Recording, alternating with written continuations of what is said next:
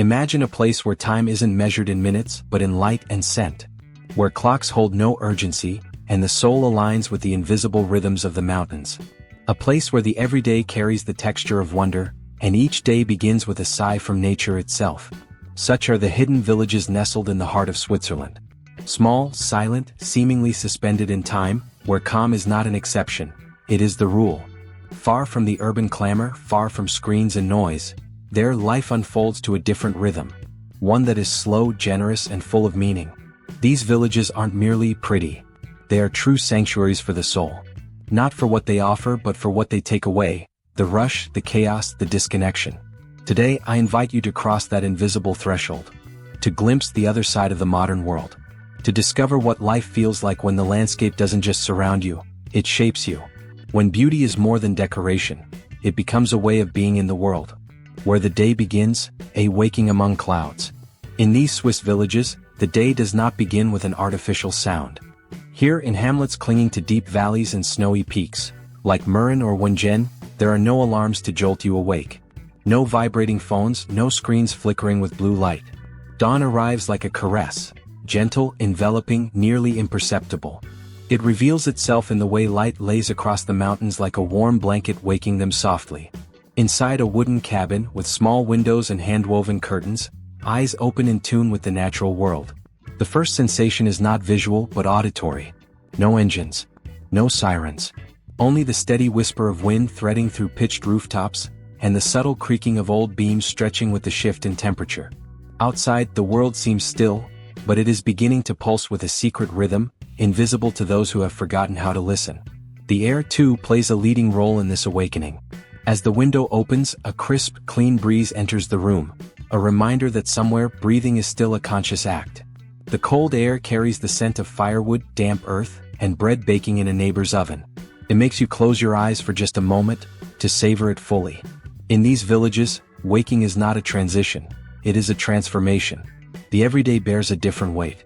Each morning gesture is filled with intention. When feet touch the wooden floor, they sink slightly, reminded that this house has been walked for generations. As you walk toward the kitchen, the sounds are delicate. Wood groaning, the kettle whispering, the faint toll of a bell from a distant farm, like a stray musical note drifting in the air. The fire, if not kept alive through the night, is rekindled by calloused hands that know the craft of placing wood just right. The old embers wake with a red sigh, and within minutes, the hearth speaks again in its familiar crackle. On the shelf rest jars of jam, thick honey, and a handful of walnuts gathered in autumn. Everything has a story. Nothing is anonymous. Nothing is instant. The bread is sliced with a serrated knife and spread with butter that still holds the scent of the herbs it was churned with. Every bite carries texture, memory, and gratitude. In these villages, the kitchen is more than a space. It is the altar of the new day. Coffee is prepared without haste, rising slowly in the mocha pot. Its steam mingles with the warmth of the fire, with the sunlight slipping through the cracks, and with the faint scent of wool and wood. Outside, the landscape begins to open its eyes. The rooftops still glisten with frost. The flowers that survived the night stretch themselves awake. A woman opens her door to feed the chickens. A small child, still in pajamas, peeks out from the porch to greet the neighbor's dog crossing the dew-covered yard. No one runs. No one shouts. Everything seems to move with a nearly choreographed grace, as if a secret intelligence guided every gesture with ancient precision. Instead of traffic, there are birdsong. Instead of noise, there's acoustic distance. The clink of a spoon against a ceramic cup, the rustle of cross-country skis being prepared for a day in the woods. Sometimes you hear a sleigh. Other times, only the breath of the entire village, expanding and contracting with each passing season. There is no obligation to do anything. And yet, everything gets done, and done well. Because in these villages, each sunrise is a privilege, not a burden. Waking up isn't the first step toward a day of productivity. It is a chance to fully inhabit the present with a rare, almost forgotten awareness. A chance to be in the world with all senses open. And if there's one thing that defines this awakening, it is not the light nor the sound. It is slowness. That slowness that doesn't frustrate but reconciles. That gives the body permission to go at its own pace. That allows you to think before speaking, to look before walking, to give thanks before consuming. No morning here is ever the same. They change with the seasons, with the years, with the soul's moods. Some are gray and melancholic, with low-hanging clouds blanketing everything like wool. Others are dazzling with a clarity that stings the eyes but heals the spirit. But in all of them, absolutely all, there is one certainty. The day begins not because the clock says so, but because the mountain allows it. And that changes everything. Homes that tell stories. In the Swiss villages nestled among the mountains, houses are not just structures designed to keep out the cold. They are wooden hearts beating through centuries. Here, architecture is not about trends or energy efficiency, it is about inheritance, tradition, and a deep connection to the land. These homes aren't built to dominate the landscape but to honor it. From afar they may look nearly the same. Sturdy facades, pitched roofs, carved wooden balconies, tiny windows through which light slips in like a secret. But step closer and you realize each house is unique. Each has its own story, its own scars, its own silences. Within them lives not just a family but time itself.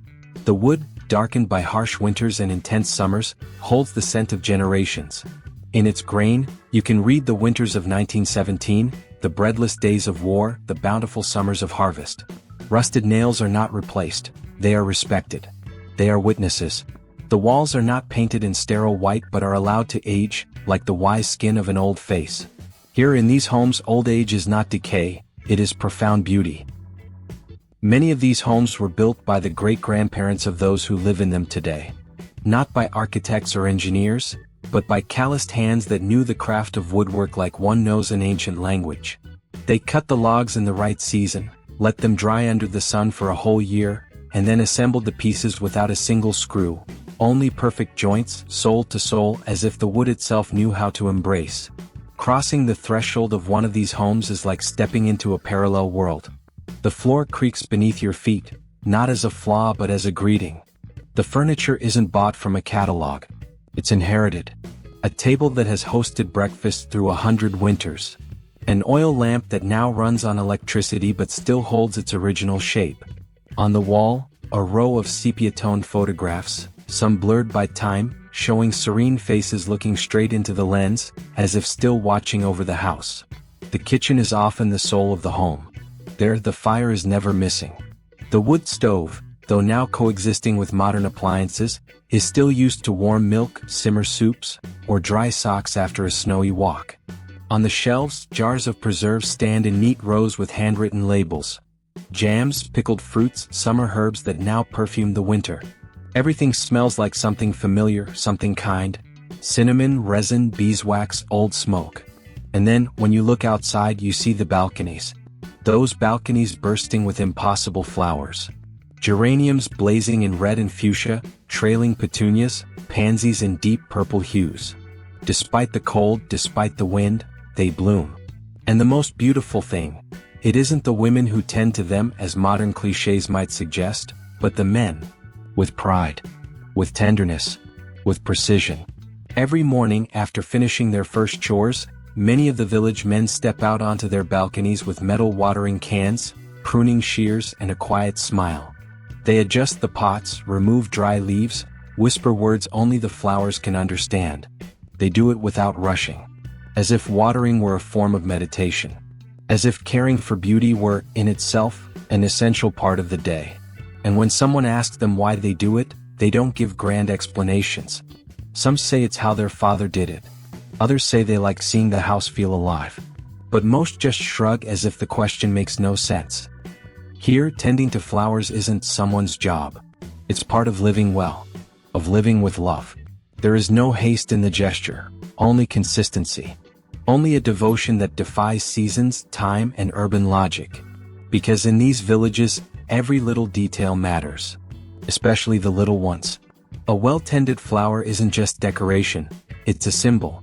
A daily reminder that delicacy has strength too. That beauty is not a luxury but a form of gratitude. And those balconies, vibrant with color and life, are more than ornaments. They are greetings to passers-by, offerings to the sky, open letters that say, we live here, we care, we remember. Because yes, in these homes, everything is memory. The grandfather's chair still creaking in the corner, the cane hanging behind the door. The scarf knitted by a grandmother, still worn every winter. Even the cracks speak. There's one on the wall, they say, from the year the valley trembled. Another, on the ceiling, caused by an avalanche that never fully reached the house. And none of them are ever fully covered, because to erase a mark is to deny the story. And here stories are honored, celebrated. These houses weren't designed to be photographed. Yet every angle, every corner, every shadow cast in the afternoon feels like it belongs in a painting. Not because they are perfect, but because they are true. Because they were built by humans for humans. With love, with time, with patience. And perhaps that is what moves you most when you're there. The feeling that you've entered a space that has been loved for so long, it somehow begins to love you back, instantly. The sounds of silence. There are places where silence is not the absence of sound, but a purer form of presence. Where stillness is not emptiness, but an invitation to truly listen.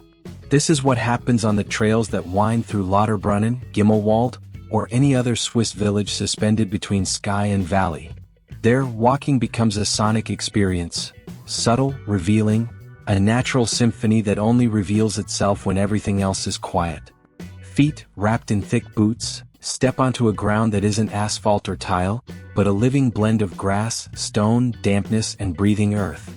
Each step produces a different crunch, as if the world beneath you were responding to your presence.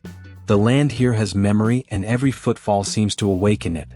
In some stretches, the path is covered with dry leaves, and your walk transforms into a soft rhythm, almost musical, each crunch like a brief note from a forgotten instrument. The leaves on the trees are not silent. When the wind blows, it doesn't do so like in the city, with violence or haste, but with a kind of invisible tenderness. It brushes the tops of fir trees, gently stirs the branches, makes the stems of alpine flowers quiver. And that brushing, that delicate contact, produces a sound that cannot fully be described. It lies somewhere between a murmur and a breath. A vegetal whisper that accompanies each step, as if the forest were speaking in an ancient tongue. Nearby, a stream flows down the slope with quiet serenity. It doesn't roar. It doesn't leap. It doesn't rush. The water moves as though it knows time is not chasing it. It bumps gently against rounded stones it has sculpted over decades, and that rhythmic tapping, not loud, not faint, just steady, becomes the background music of the path. In certain places, the trail crosses a small wooden bridge, and as you pass over it, you can pause, close your eyes, and let the murmur of the water pass through your chest like a melody from childhood. In the air, suspended between mountains, the cowbells ring. Not all at once. Not in harmony. One here, another there, in irregular intervals, as if the cows grazing on the hillsides were taking turns to announce their presence. The metallic sound, soft yet firm, travels through the valley and slips between the trees. It's a humble sound, yet powerful. It reminds you that life goes on. That animals are moving slowly, chewing, watching, existing. And within that animal existence there is beauty too. Swiss cows do not live confined. No electric fences. No industrial gates. They roam freely over dew-soaked grass, sometimes accompanied by the whistle of the herder or the distant bark of a dog. They do not fear. They do not run. They do not flee. They know they belong to this landscape just as much as the moss, the stones, or the snow. Here, the harmony between humans and nature is not an effort. It is a custom. It's simply how things have always been. The farmers don't see themselves as owners of the valley, but as guests. They don't speak of exploiting the land, but of walking with it, of following its rhythm, of listening to its signs. That's why the landscape is neither imposed upon nor transformed. It is respected, traversed not just with feet but with soul. From time to time, a marmot darts across the path like a fleeting shadow, or a mountain bird traces a circle in the sky, leaving behind a sharp, brief whistle. But none of these sounds disturb the peace. On the contrary, they highlight it. They are accents that underline the stillness. In the city, any silence feels uneasy, anxious. Here, silence is rich with nuance. Even the echo has a special texture here. On certain trails, one can speak softly and hear how the words bounce gently against the valley walls. But it's not a dramatic, thunderous echo, it's intimate. As if the land itself were replying in discretion, repeating what you said just to make sure you heard yourself clearly. It's difficult to describe what it feels like to be in a place like this. Because it's not just an outer silence, it's a silence that enters you, that cleanses you, that slows down your thoughts. On these trails, worries lose their volume. Doubts dissolve. The mind, so used to overload, adjusts to a lower frequency, deeper, truer. Many who have lived here all their lives say that silence is their most faithful companion, that they prefer it to music, that they miss it whenever they descend into the cities, that it's in the valley's silence where they find clarity. And it's easy to understand why. Because in this environment, silence doesn't weigh you down, it sets you free. There's something profoundly sacred in walking quietly through these places. It feels like a prayer that needs no words, like a secret agreement between the walker and the world around them. Every stone feels intentionally placed. Every root jutting from the path reveals the trail's age. And every sound, no matter how faint, gains meaning, importance. And so, by the end of the day, when you return to the village and glance back, you don't remember the conversations or dramatic views or selfies. You remember a sound. Pause. A moment when everything aligned. When you heard something that didn't come from outside but from deep within. And that could only be heard because, finally, everything else had gone quiet. Time suspended, the train as a symbolic threshold. Not all journeys begin with a destination. Some begin with a surrender, with the decision to leave behind speed, hyperconnectivity, and the constant noise that shapes modern life. That's how the journey begins toward many of the Swiss villages hidden among the mountains. You don't get there by car or plane, not even by a scenic highway. You get there by train. And not just any train, but one that moves with an old-fashioned slowness, almost deliberate, as if it knows its purpose is not just to carry bodies, but to transform minds. Taking the train to Mürren, Wengen, Grindelwald, or other cliffside villages is not merely a logistical step. It's an initiation. A transition between two ways of being in the world. You board at a station where there are still quick-service cafes, digital billboards changing every 3 seconds, and phones in every hand. But as the train advances, winding through cliffs, tunnels, dizzying bridges, and impossible landscapes, something begins to shift. Cell signal disappears. Screens go dark from lack of coverage. The buzz of notifications fades. And in its place, the ear begins to adjust to the hypnotic clatter of the rails, that mechanical, timeless rhythm marking the tempo of another era. The view from the window changes too. Concrete blocks, gas stations, and modern structures dissolve. And in their place, green valleys emerge. Shimmering rivers. Forests that seem drawn from fairy tales. On this train, time isn't measured in kilometers per hour, but in deep breaths. Slowness is part of the ritual. Because only by going slowly can you notice the details. Light filtering through century-old branches, the reflection of clouds on alpine lakes, tiny herds scattered across steep hillsides. Every curve in the tracks becomes a curve in your awareness. Every tunnel, a purification. Every stop, a threshold between a world that's ending and one just beginning. Some travelers, the rare few, try to maintain the pace of their old lives. They wear headphones, check emails, glance at their watches. But the train, almost like a living being, slowly overtakes them, lowers their eyelids, steals their sighs, makes them gaze out the window as if witnessing a miracle. Because that's what lies outside, a silent miracle. Untouched, unassuming. It doesn't shout to be seen. Then comes the moment to disembark. You step onto the platform with a kind of uncertainty. There are no taxis waiting. No traffic lights. Number 24-hour convenience stores. Instead, there is a small station, dark wood, an old clock frozen at a time that somehow still works. And beyond it, only stone paths, colder air, and the feeling that you've crossed an invisible border. Because that is the train's true purpose. To mark a radical difference between who you were when you boarded and who you begin to become when you step off. What's left behind is not just the city, it's the system of thought that came with it. The rush, the distraction, the urgency, the multitasking. What lies ahead is not just a village, but a new logic. One of care, of slow time, of awe without additives. These villages don't need cars. Not because they lack the means, but because they choose not to. Because cars break the silence. Interrupt the landscape. Accelerate what is meant to be slow. And in their place, mobility here is different. You walk. You climb. You carry. You pull a sled or ride a thick-tired bicycle. And with every step, you recover something lost. Awareness of your body, the value of the journey, the gratitude of arriving. The absence of roads is not a limitation, it is a declaration. A way of protecting the purity of the land. Of ensuring the hum of the outside world doesn't penetrate where it doesn't belong. Even the train that reaches these places is discreet. It's not a high-speed bullet. It doesn't try to vanish. It's part of the landscape. It adapts. It kneels before the mountain as if asking for permission to enter. And once inside, you begin to notice how the modern and the ancient coexist without conflict. There is electricity, yes, and even satellite internet. But they do not dominate. They don't shout.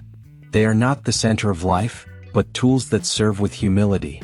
Modernity here did not arrive to erase the past, but to join it as a respectful guest. That's why, in these villages, you might find an 18th century house with solar panels discreetly blended into the roof. A school that teaches coding between skiing lessons and agricultural practice. A centuries-old church where Wi-Fi reaches, but never intrudes. It's a harmonious coexistence between root and branch. Between what has always held firm and what has only just begun to sprout. And amidst all of this, the memory of the train lingers. Like a mark left in the mind. Like a thread connecting two worlds.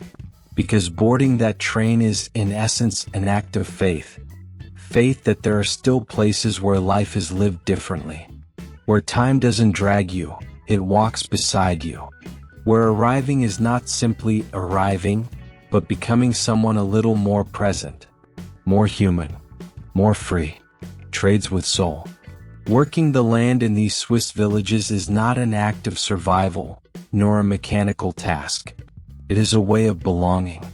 Here, trades are not merely means of income, they are living bonds between humans and their environment, between the present and those who came before, between the rhythm of the season and the memory of the family. The farmer who kneels to inspect the growth of potatoes does not do so with haste or out of duty. He pauses, observes, touches the soil with bare hands, as if reading a letter written in roots and moisture. His body knows when to till, when to sow, when to let the land rest. He didn't learn it from manuals. He learned it watching his grandfather, listening to how the rain falls, noticing how the wind announces change before it arrives. The tools he uses are not new. They don't need to be. Some have wooden handles so worn you could count the winters by the grooves on their surface. A sickle hanging on the wall has been cutting hay since the days when the roads were still just dirt paths. An old rake, repaired with wire, still combs the fields every autumn. They are not discarded. They are not replaced. They are cared for. Because they hold stories. Because they have served well. Because they still respond to the hand that wields them. Milking, for instance, is not mechanical, it's almost ceremonial. It takes place early when the air is thick and the animal's breath forms small clouds in the stable.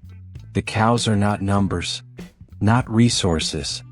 They are beings with names, with personalities, with routines. One always lies down in the same corner. Another only eats if someone sings to her softly. And the farmers know this, because they live with them. Because between them there exists a bond built on years, on respect, on silent tenderness. As the warm milk falls into metal pails, the world seems to pause. There are no production lines, no automation, only attentiveness, steady hands, gentle eyes, gratitude. Because that white gold, as they call it, is not extracted, it is received. It is the fruit of a balanced relationship between care and response, between giving and receiving without harm. And not everything is farming. There are also the trades of the forest, of the snow, of the stone. There is someone who chops firewood with a precision that feels like dance. Another who carves window frames by hand with infinite patience. A woman gathers wildflowers to turn into medicinal syrups, following recipes that have floated through her kitchen walls for generations. Someone else makes cheese in a hut high in the valley and descends every 2 weeks to sell it in the village. wrapped in coarse cloth and tied with string. And no one considers themselves superior because of what they do. Because in these villages, value isn't found in titles, but in devotion. The one who collects manure with dignity is as admired as the one who bakes bread or watches over the village's children. What matters is how the task is done. With what spirit? With what intention? Here, the soul is in the craft because the craft is not separate from life. It is part of the same cycle. Work is not a burden to endure 5 days just to rest for 2. It is a way to actively participate in the daily miracle of sustaining life with one's own hands. Winter, when the cold embraces. And then winter arrives, not as punishment but as transformation. As a great pause that invites reflection. As a presence that, far from being feared, is welcomed with reverence. In these villages, the cold is not battled, it is honored. It is part of the identity, the landscape, the soul. The first snowfalls are never a surprise. They're awaited like a beloved visitor. The whole community prepares for weeks in advance. Roofs are inspected, windows secured, logs are chopped until mountains of firewood are perfectly stacked. In every home, there's a kind of silent ritual. Filling jars with preserves, reinforcing doors, laying blankets in the sun one last time. And when the snow finally falls, it covers everything with devastating delicacy. Streets disappear beneath a white carpet that erases the footprints of the days before. Houses become little wooden fortresses crowned with frost. The mountains turn into sleeping giants, wrapped in immaculate blankets that reflect the light of a sun that barely warms. But far from freezing life, winter concentrates it, turns it inward, makes it more intense. The tasks shift, they adapt. There's no planting or harvesting now, but there is warmth to maintain, animals to care for, paths to clear. Every action becomes slower, more deliberate, more essential. Walking means opening paths, clearing snow.